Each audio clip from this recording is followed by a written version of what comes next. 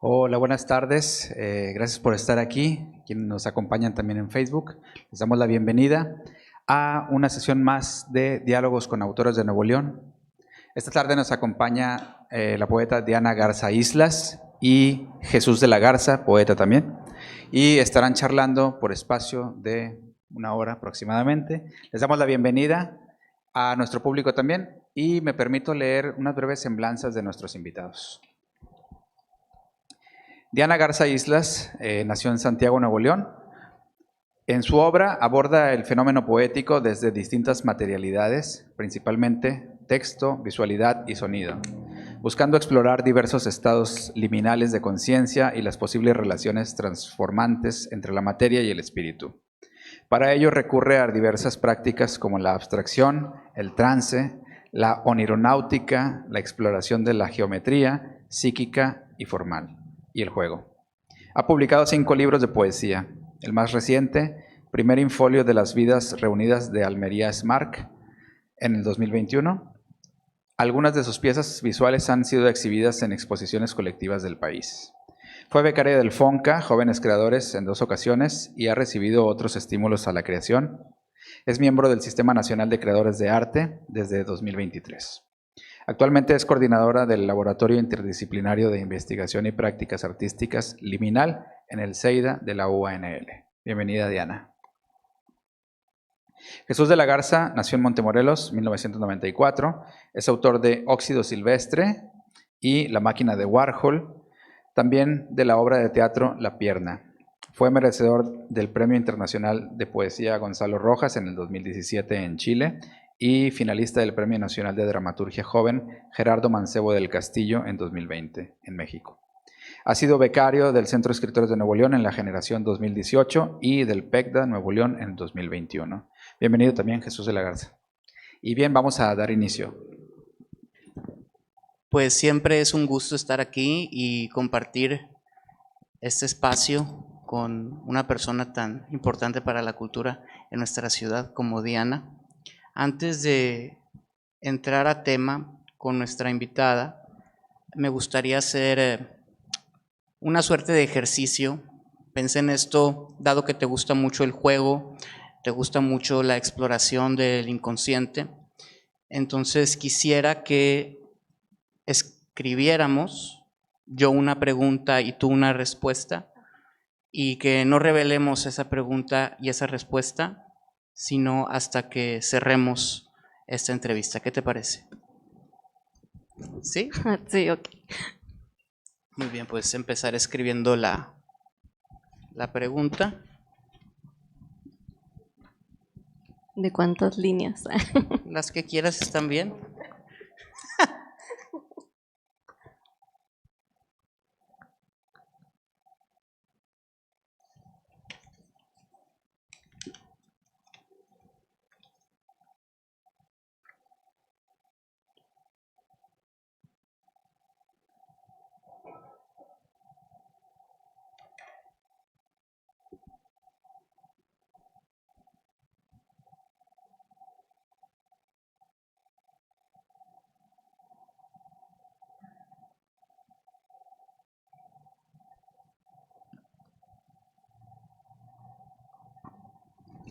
Ok, ya. Muy bien, vamos a empezar con otro tipo de semblanza. Vamos a hacer este ejercicio sencillo de asociación libre. Yo te voy a decir una palabra y me vas a decir la primera palabra que venga a tu mente. ¿Ok? Vamos a hacerlo fugaz. ¿Ok? Fugaz para que vaya la palabra que llegue. ¿Ok? Ay. Lista. Ay, luego sí, Lista, algo parece que me terapia no psicoanalítica, ¿sí Bueno, parece? dale. Ahí va. Parque, Al abismo. angustia, Solsticio. fuerza, Ganada. luna, Estímulo. piedra, Callada. flor, Ronca. jardín, ¿No habías dicho jardín? Distinto. rojo, Luz. cine, Es que se me ocurrió una palabra que no existe. Corimba. No sé por qué. dientes, Es como que disueltos o algo así. veneno, Ay, cortado. Pez. Chiquito. Mamá. Secuela. Nube. Altura. Bueno, Diana, habiendo hecho esto como para explorar un poco y romper el hielo, Ay, ¿cuál es mi diagnóstico ahora?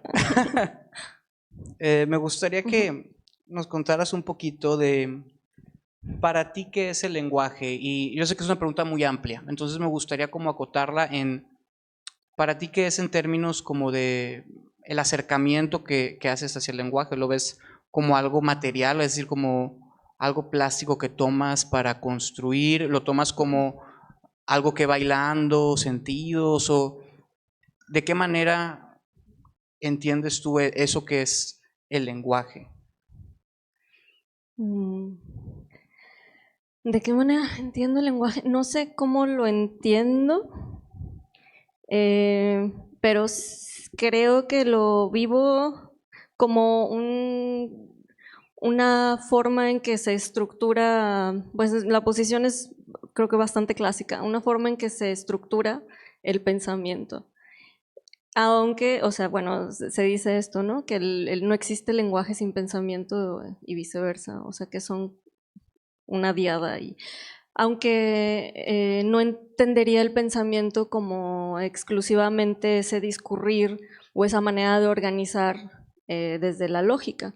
Digamos, o sea, el lenguaje como una manera de organizar esa cosa que nos atraviesa como ideas, imágenes y también discurso y también ritmo y también pues no sé, todo eso que sentimos y que no sabemos qué es.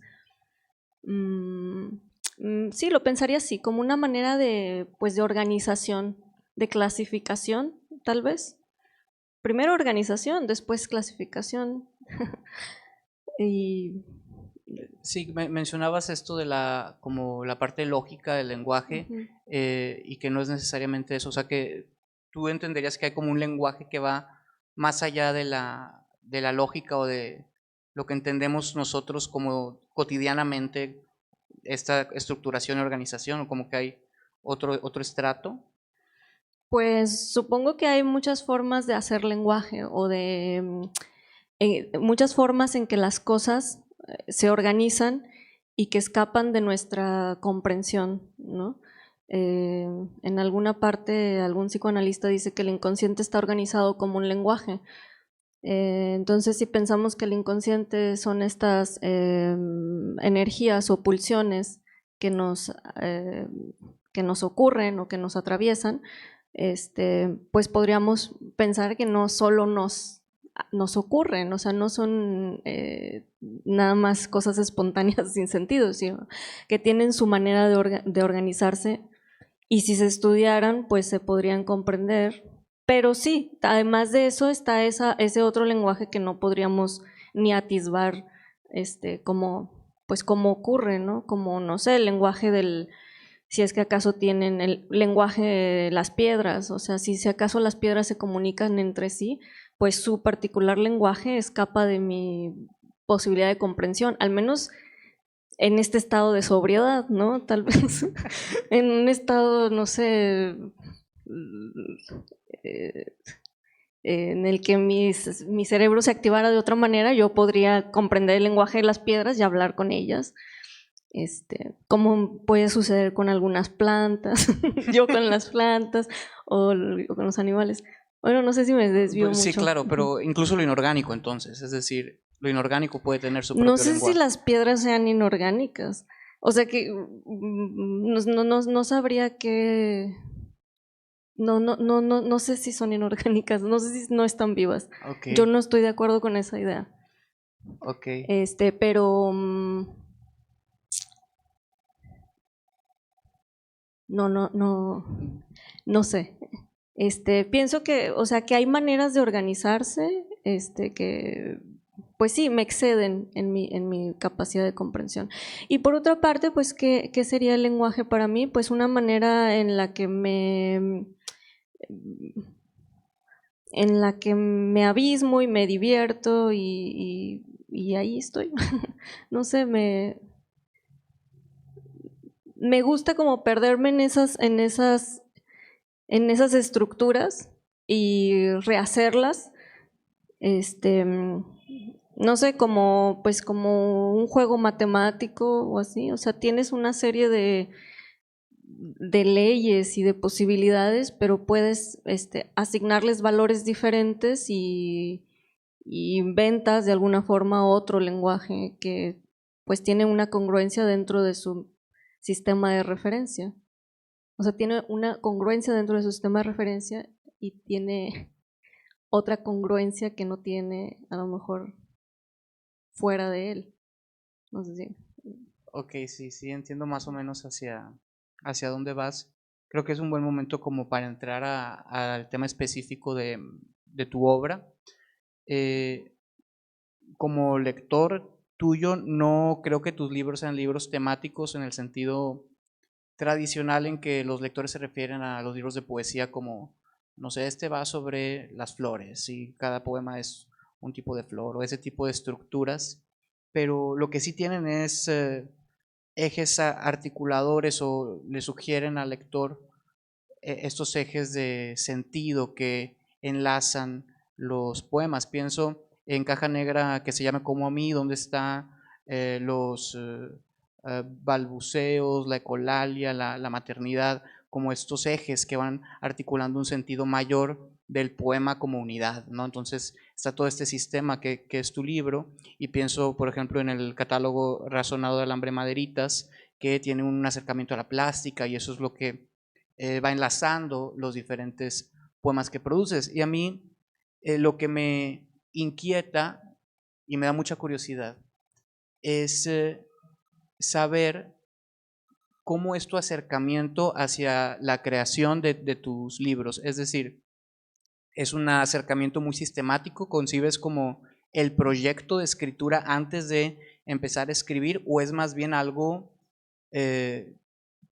no quiero decir orgánico para despertar otra vez esa discusión, pero más bien un proceso más natural del día a día que después terminas viendo como algo articulado y que puedes como decir, ah, claro, todo esto que he trabajado, el sentido que tiene es este, ¿no? Este es el eje articulador de esto que trabajé y es ya como posterior, ¿no? A tu proceso creativo. Entonces, quería saber qué acercamiento tienes tú a tu proceso. ¿Es a priori con un proyecto y marcando la pauta, o más bien como entras de lleno a este divertimento matemático y después le das y lo estructuras en un sentido más o menos lógico para el lector?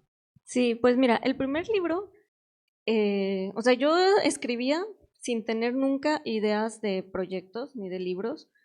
Eso me era muy, pues muy ajeno porque no era como ni siquiera sabía que que se tenía o que era común hacer libros temáticos. Y de hecho creo que no era la onda hasta hace poco, ¿no? O sea, como que esa fascinación o esa manía de hacer libros que tengan ejes temáticos o vértebras conceptuales, creo que responde más bien como a, pues, a la aplicación de becas, porque en las becas te piden eso. Y es como también creo a lo mejor una contaminación desde el arte conceptual que prioriza el discurso sobre pues otras cosas que hay en las piezas, ¿no? Digamos sobre a lo mejor sobre las aproximaciones meramente sensoriales. Pero bueno, entonces yo escribía y yo en algún punto para ese primer libro que publiqué, el de Caja Negra, apliqué para una beca, que fue la del FONCA. Y pues se me ocurrió y de alguna manera como que encajó, o sea, lo que yo siempre había hecho encajó, o sea, si el libro trata del aprender a hablar de un niño, o sea, según, o sea, en el proyecto dije eso, me di cuenta que todo lo que había escrito pues se podía ver así, ¿no? Aunque ese no fuera el motivo, porque pues no nací teniendo hijos, ¿verdad? Pero yo tenía pues esa inclinación, y luego me di cuenta que podía empatarse ese tema con lo que estaba viviendo y con lo que había vivido antes. Entonces fue como un proceso simultáneo, fue, no sé, un proceso destínico.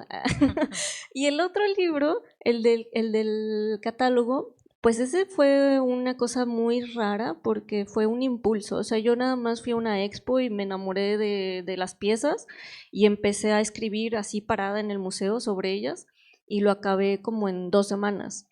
O sea, fue una cosa muy rara.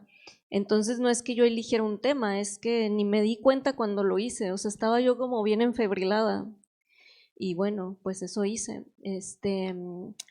Y por ejemplo, otras cosas que he publicado que son más chiquitas, pero que sí tienen un proyecto, como el libro de sueños, pues simplemente es otro impulso. O sea, me levanto y lo escribo y no lo pienso tampoco tanto. Y se van organizando así. Entonces, no es que lo piense antes,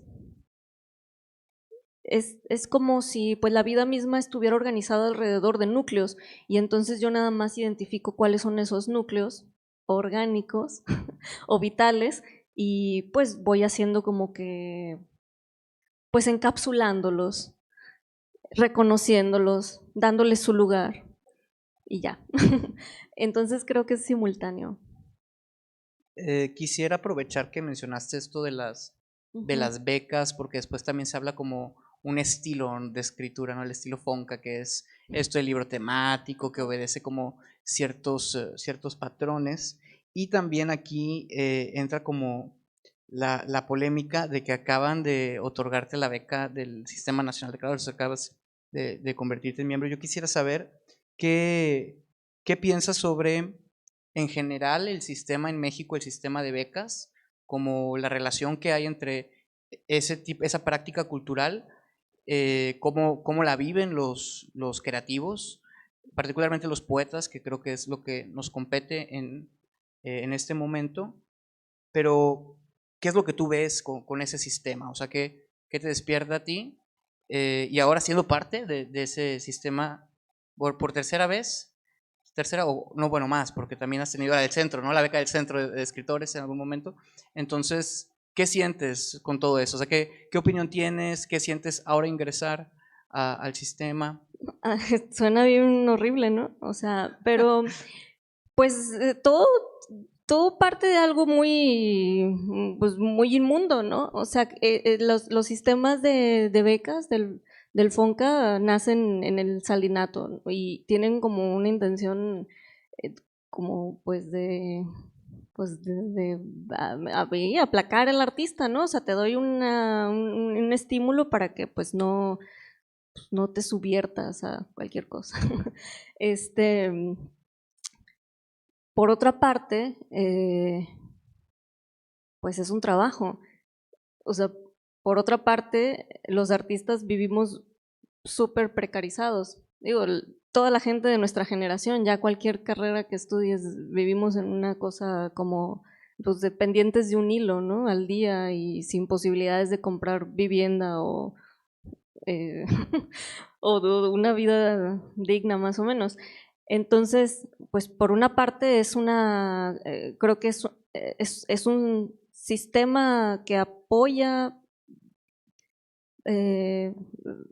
favorablemente a pues el trabajo, que ayuda a que los artistas puedan pues dedicarse con más holgura a su obra sin necesidad de estar pues atormentados por trabajar 10 u 8 horas o las horas que trabajen al día y luego todavía atravesar el tráfico de la ciudad e intentar escribir.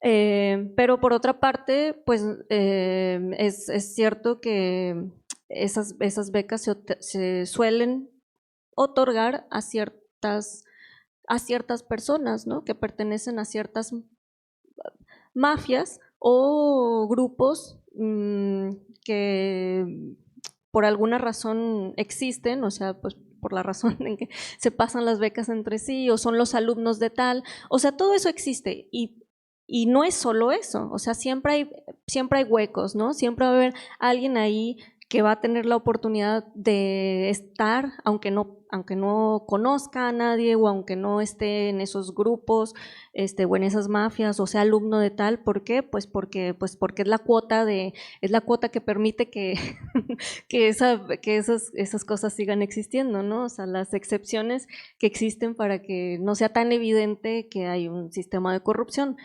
me imagino. Pero pues no todo es corrupción. Hay digo, no sé, o sí.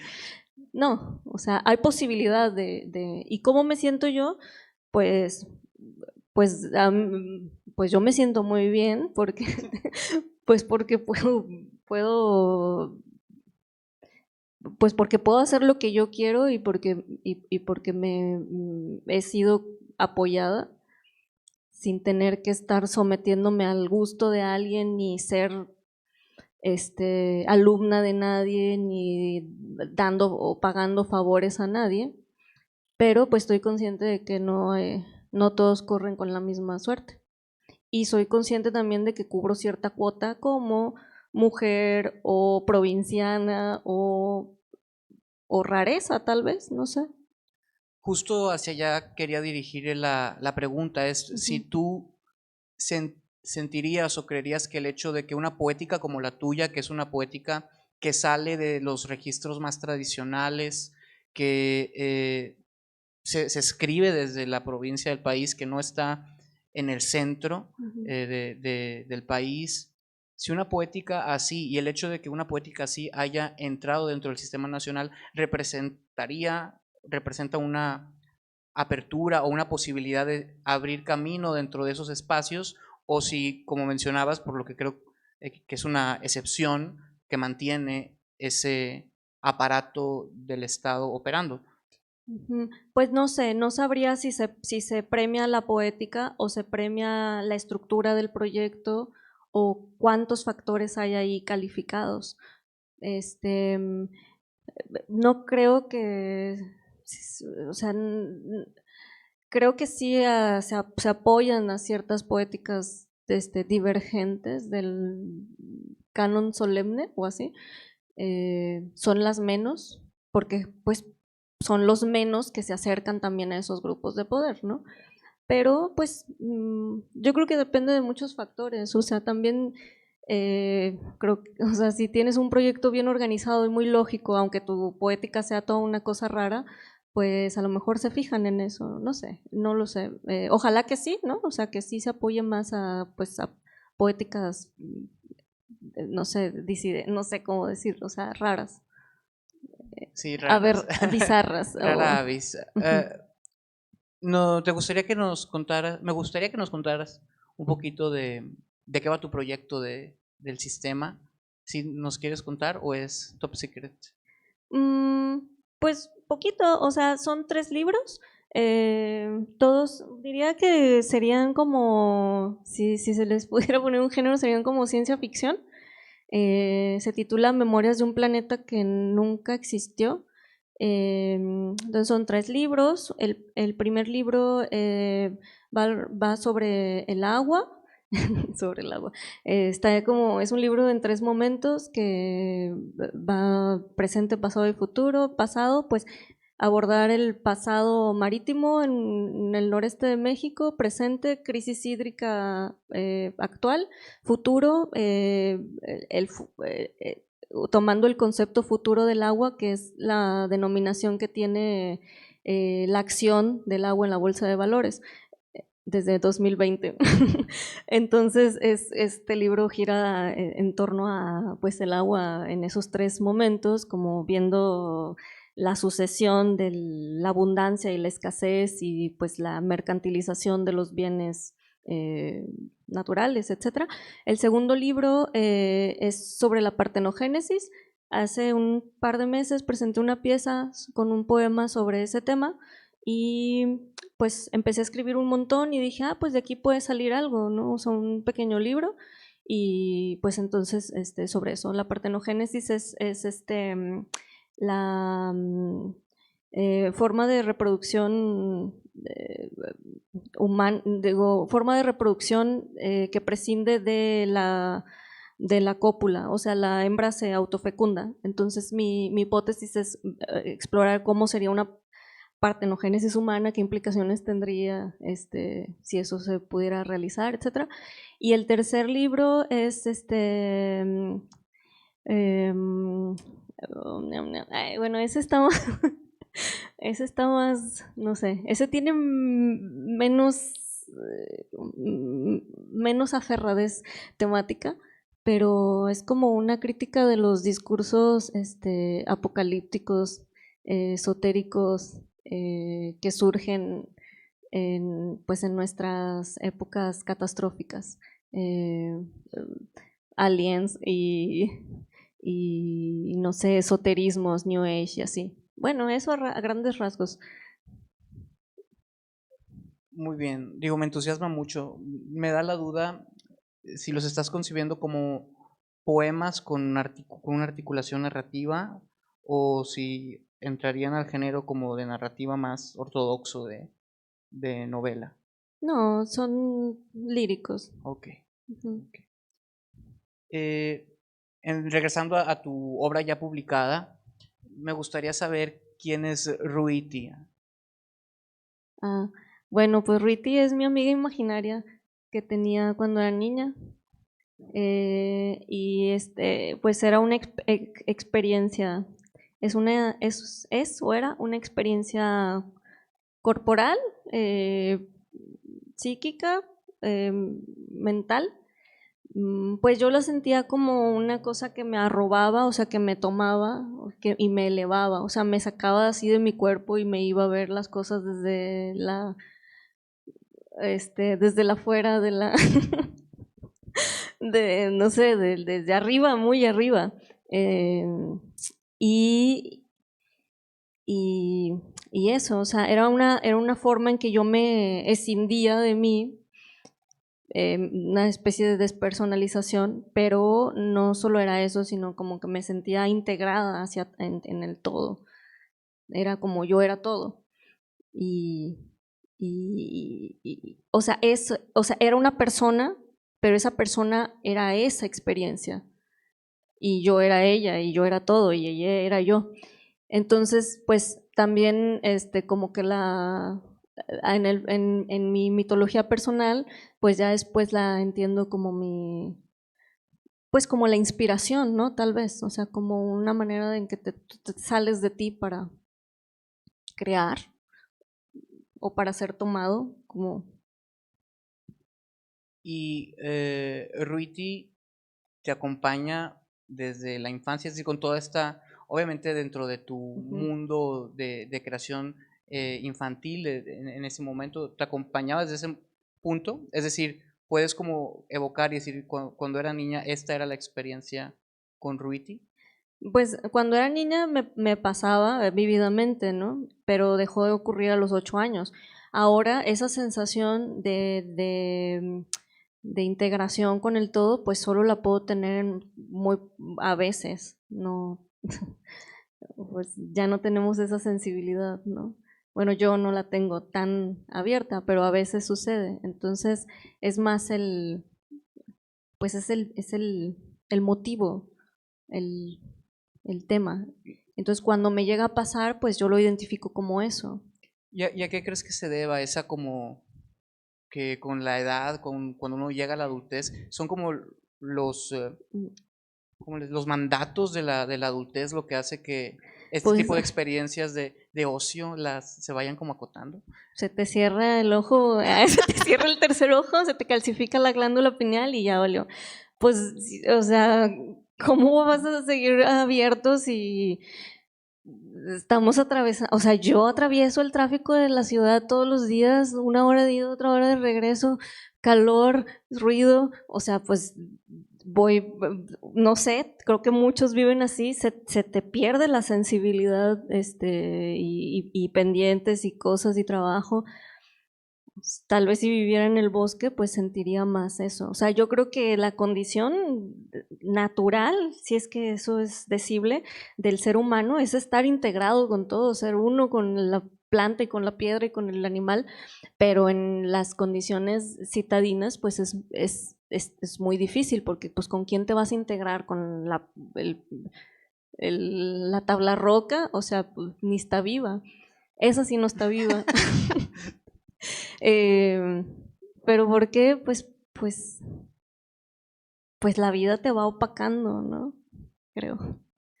Es como que necesitas tener mucha disciplina para mantener esa,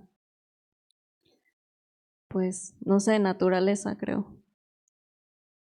Otra pregunta sobre tu obra, y es una pregunta completamente formal. ¿Por qué todos tus libros publicados son o tienen de forma como muy protagónica el color amarillo? Y si planeas que el próximo mantenga esa misma línea. Pues así salió. O sea, el primero, cuando publiqué los 2 primeros en 2015, me mandaron la portada y era amarilla, y luego me mandaron el otro en ese mismo año y también era amarilla, y dije, le voy a decir que lo cambie, pero lo dije, no, está bien así. Y luego, en 2 años después, también salió amarillo, porque así es la colección. Y dije, ah, órale. Y pues así fue. Entonces ya así como lo dije hace rato, o sea, identifiqué un núcleo y entonces dije, este es mi periodo amarillo. Y luego entendí, o sea, que hay hay un núcleo, pues estético, hay un núcleo sensitivo, conceptual, y luego pues así son, porque así era. Y ahora no, los próximos son verdes, al menos los 2 próximos. ¿Por qué? Porque la tinta verde es la tinta con la que yo escribía de niña. Bueno, mi primer recuerdo se remite a un recuerdo de mí escribiendo con tinta verde. Entonces mi proyecto el proyecto de tesis, por ejemplo, que es de dibujo, pues va sobre dibujos con tinta verde y aquí vamos a poner, es que si no se duerme. Y el otro libro también es verde, bueno, que va a salir, es verde. Y hay una idea ahí con el verde, que es pues la tinta de la infancia, pero deformada. Y pues tiene relación con los colores de los pasos como de la ruta alquímica.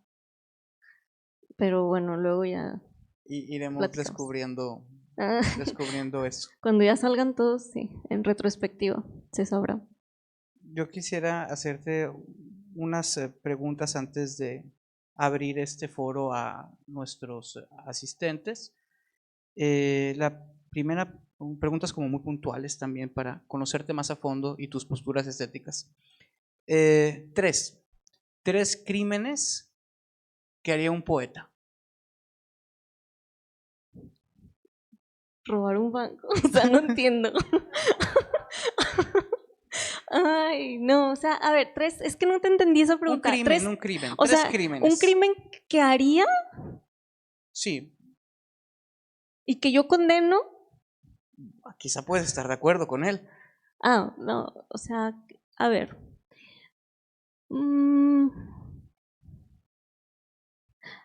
Pues creo que la vanidad, o sea, creer que demasiado o bueno, más que vanidad, creer demasiado en la identidad, en que yo hago esto, ¿no? O sea, este es mi estilo y yo así soy, y no, y como que perder de vista que el artista no es el que tiene una identidad, sino es el que se destruye y vuelve a crear una identidad provisoria. Ese sería un crimen condenable por mi persona. Y en ese mismo, a lo mejor en ese mismo sentido, pero un gradito más para allá, es en crear una escuela. Siento que, entonces ya cuando tienes una identidad y tienes cierto reconocimiento, tienes estudiantes o así como seguidores, o no sé, gente que le gusta lo que haces y entonces te siguen y tú te agarras de ellos y no los sueltas o sí, hacer una escuela, pero no dejar que ellos crezcan y que tengan su propia pues deriva, sino meterlos a ese estilo. Eso creo que no también es como criminal, como que coarta Pero creo que es muy natural que suceda porque pues vivimos en un país o en, no sé, en un planeta muy muy paternalista, o sea, estamos muy habituados a desear el reconocimiento de los padres. Entonces queremos como ser integrados a familias, de- sí, sentirnos parte de alguien, ¿no? De lo que sea, de algo. Entonces ese sería otro crimen, como creo, hacer escuela en esos términos. Y, y este sí lo había apuntado porque no sé, no me acuerdo. Sí. Ay, no sé. Em, la pereza, creo que ya sería como pecado, ¿verdad? Más que crimen. Es muy cristiano de tu parte. Sí, pero creo que la pereza te lleva a cosas muy feas. Sí, no tener disciplina, aunque eso no signifique que tengas que estar escribiendo todos los días, pero disciplina en el ver, en el sentir, o sea, siempre saber, o sea, estar consciente de que tienes que estar presente, ¿no? O sea, no estar nomás ahí tirado en la nada, sino ser, ajá, no. Sí, de hecho también creo que el excesivo gusto morboso por la tristeza y el tedio, eso es así muy mm, criminal, autocrimen. Bueno. Muy bien. Y mi última pregunta es la que escribí y quisiera que me contestaras con lo que escribiste tú. Sí. Yo escribí, ¿sabes qué hora es? Bueno, yo escribí, creo que la respuesta es que las piedras más bonitas son las de color naranja y las de forma de cristal. Gracias, Diana, por acompañarnos. Gracias. Tenemos tiempo para abrir el micrófono para que pregunten a nuestra poeta. Entonces los invito a que la cuestionen, la interroguen. Si gustan que profundice en algo, este es el mejor momento. Allá va el micrófono. Por ahí levantaron la mano. Creo que... ¿No levantaron la mano? Allá hay dos personas. Bueno, ¿me oigo? Sí, yo te quería preguntar, bueno, ahorita dijiste que el artista es el que se destruye y vuelve a crear una identidad provisoria. O sea, ¿tú crees que se pueda ser artista sin estar creando constantemente estas identidades? ¿O a fuerzas tiene que haber siempre movimiento para la creación artística? Pues yo creo que pueden existir momentos de mucha calma, ¿no? O sea, yo no creo en estar creando todo el tiempo, pero sí ser sensible y estar dispuesto a destruir lo que se creó. Pero sí es cierto, o sea, no se trata de estar como creando todo el tiempo una identidad y otra como un esquizofrénico, ni en ese como afán de estar siempre activo y productivo, pero quería decir como una cierta disposición a deshacer lo hecho, ¿no? Como los niños cuando hacen un dibujo y lo destruyen sin mayor reparo. O sea, ni los coleccionan ni les importa. Lo desechan y mañana harán uno nuevo. Y el nuevo es más importante que el anterior, porque el nuevo es hoy. Algo así. Pero yo no, pues yo qué sé. O sea, eso es lo que yo he vivido y lo que me sirve a mí. Y pues yo me imagino que cada quien tendrá su muy legítima manera de vivir y de aproximarse a la realidad.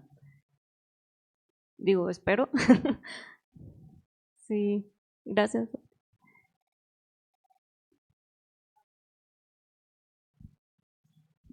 Bueno, conociendo tu obra literaria y luego tu incursión hacia lo gráfico, y bueno, ahora hace poco a lo plástico también, yo quería preguntarte sobre si siempre ha sido algo cercano a ti, o sea, de infancia o no sé, hace tiempo tú utilizabas o bueno, más bien incursionabas en esta área del dibujo, o fue algo, más bien cómo fue, ¿no? Esa transición, bueno, básicamente. Pues no, fíjate que yo no hacía eso, o sea, sí me gustaba dibujar y todo eso, pero pues cuando tuve el interés de a lo mejor hacerlo bien o de pintar, pues no tuve el apoyo como para que me compraran materiales. Y yo pensaba que era pues muy importante tener materiales, porque bueno, pues sí, en parte cómo vas a dibujar, vas a pintar si no tienes pintura y nadie te las quiere comprar y no tienes dinero. Pero pues, pues creo que pues esa era una limitante, ¿no? O sea, autoimpuesta, porque pues bien puedes, no sé, agarrar los colores de los que sean, un color de lápiz, de madera y hacerlo. Este, no, yo creo que es reciente, o sea, como que al principio, pues en parte por eso, o sea, en parte porque no tenía, o sea, nadie me apoyó para hacer nada, pues lo más gratuito, o sea, en el sentido de que lo más barato, pues era un lápiz, ¿no? Y escribes y ya, o sea, no necesitas nada más. Y además se volvió muy febril para mí la escritura. Y ya hasta hace poco fue que como que empecé a hacer esas otras cosas. No que no las sintiera, o sea, como que todo lo visual siempre ha estado ahí, ¿no? Las diferentes cosas como lo sonoro y lo visual y ajá, lo gráfico, pero no lo llevaba a cabo, porque la verdad es que sí, en los primeros años de mi vida, de artista, pues la escritura demandó mucha energía mía, así de manera loca. Y, y sí, pues es, digamos, reciente como, no sé, reciente es como 10 años, o 5 años, sí, 10, lo menos, no sé.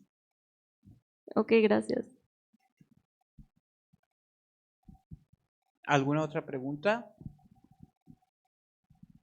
¿Por qué no darán ganas de unificarse a la tabla roca? Porque de verdad, o sea, digo, están hechas de lo mismo, ¿verdad? Las cosas, ¿no? Pero, ¿qué será la vibra que le damos a unas cosas o qué será? ¿Qué? Porque es que es cierto, no dan ganas de Ajá. unificarse con la tabla roca, pero con una roca sí, ¿verdad? O con una Pues roca en el bosque, sí. sí, ¿Y por qué con la tabla roca? Porque sí, efectivamente, no dan ganas de unificarse con la ciudad o con esta ciudad en especial, con muchas cosas, ¿no? A pesar de que sean la misma materia y la misma, pero no son es la parte de misma lo... materia, o sea, Sí, ¿no?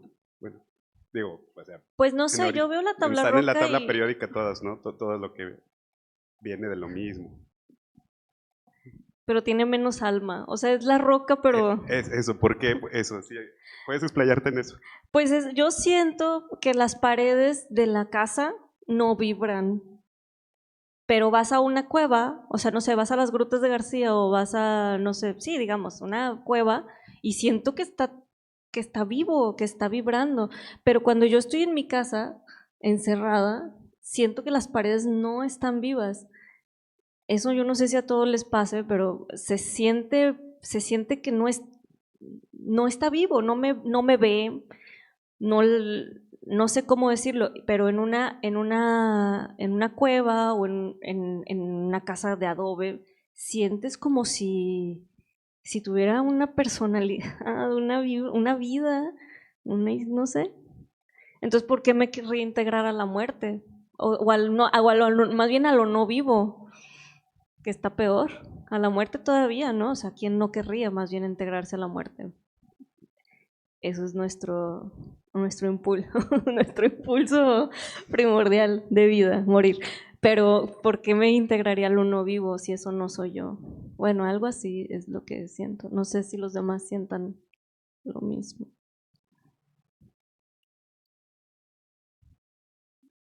Una última o hasta 2. Justo tengo 2 preguntas.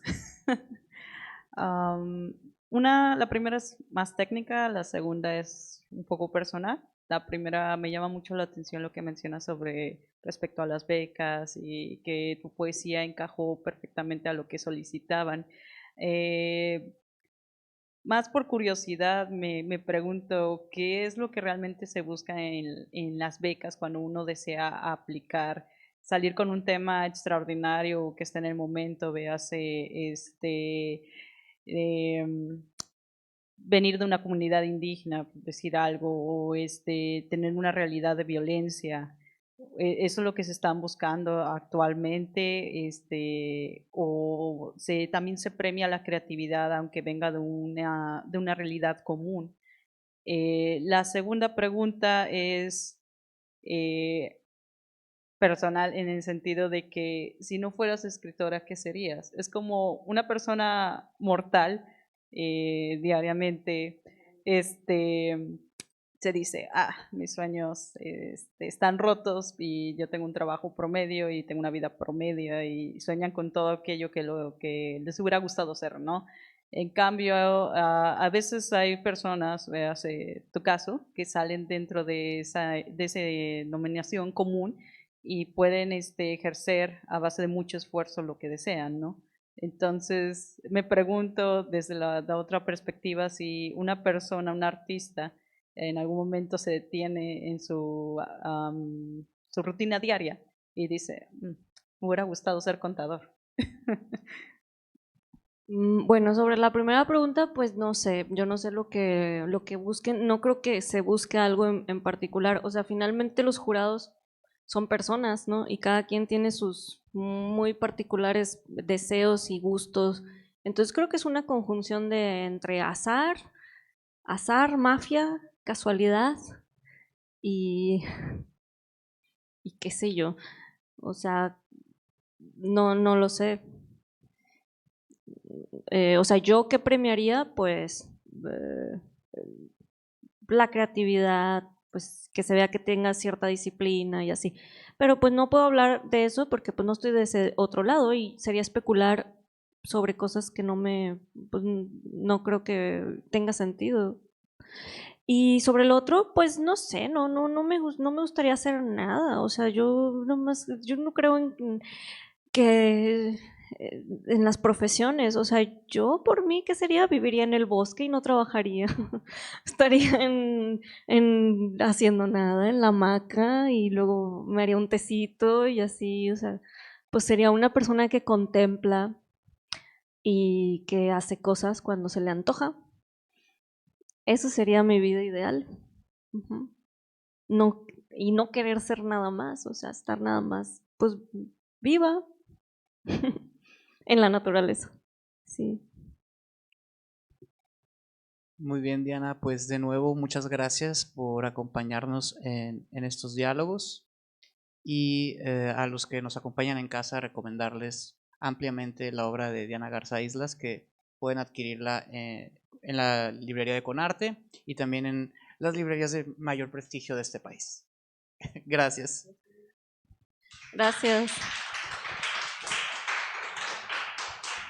Bien, yo también quiero dar las gracias a ustedes y a quienes están aquí y nos acompañaron también por vía virtual. Y recordarles o anunciarles que pronto estaremos realizando el Encuentro Internacional de Escritores dentro de la FIL Monterrey. Es del 9 al 11 y bueno, nuestros invitados también estarán ahí bueno, en la misma mesa precisamente, ¿no? Es que es la del 9 o el 10 de octubre, ¿no? A las 4 de la tarde. Y bueno, la programación completa la pueden consultar en la página de Conarte. El tema es El futuro no está escrito, perspectivas desde la literatura. Bueno, de nuevo, gracias y buenas tardes.